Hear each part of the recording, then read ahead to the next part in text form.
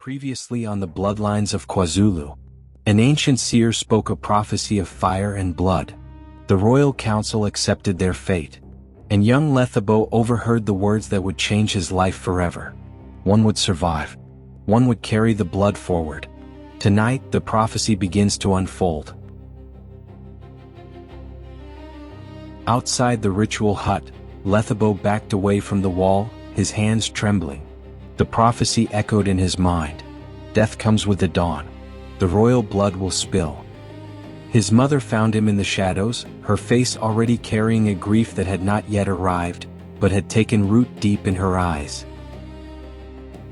"Lethabo," she whispered, pressing something warm into his palm. A small carved amulet, still carrying the heat of her body. "When the time comes," she said, her voice barely holding together, "run. Don't look back. Don't stop. No matter what you hear, no matter what you see, you run." "Mama, I won't leave you," he protested, his voice breaking. "You will," she said.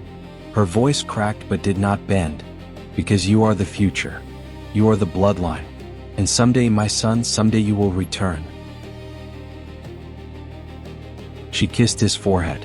Her lips lingered there, trembling. Salt from her tears mixed with his own, and in that moment, Lethabo tasted goodbye. He didn't understand then that this was the last time he would feel his mother's touch. The last time he would hear her voice. The last moment before his world would burn.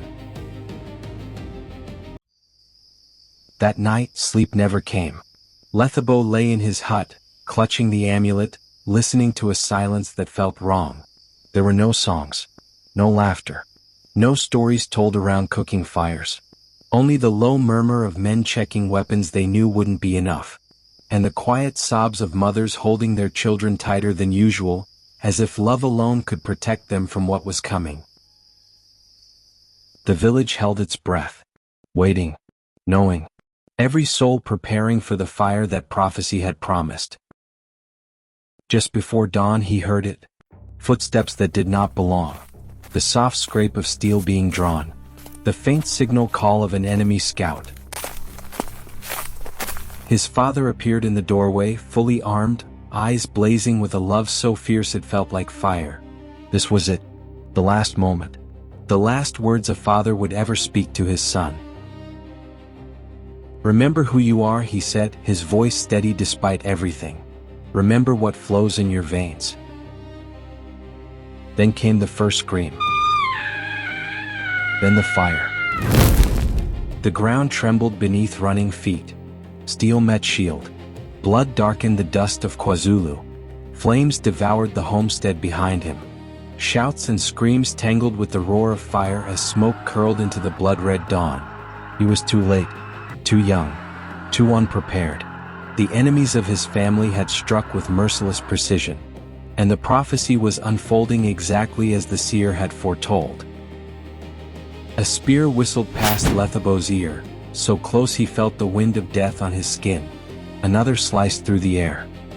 He stumbled into the shadows of the surrounding trees, barely evading a patrolling guard as heavy footsteps thundered past.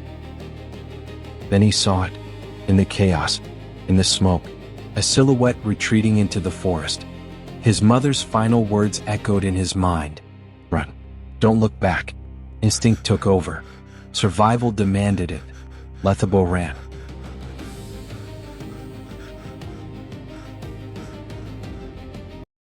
Hours later, the sun crept over distant hills as Lethabo knelt beside a small creek, gasping for breath. Behind him, the village had become ash. His family gone. His home destroyed. Everything he had ever known reduced to smoke and memory. But the memory of his parents burned hotter than any flame ever could. The creek reflected his face. Angry, frightened, but not broken. In that reflection something changed. Grief became fuel. Fear became purpose. "I will not be a shadow of what was lost," he whispered. "I will reclaim what is mine." But he was not alone. A rustle from the bushes made him tense. His hand closed around a makeshift spear. "Who's there?" he called. "Who approaches from the shadows?" Find out next week in episode 3, The Hidden Mentor. The boy has survived the fire. Now his true journey begins. Blood remembers. Don't forget to subscribe. Subscribe and hit the bell so you don't miss episode 3 next Friday. What did you think of this episode? Drop your reactions in the comments.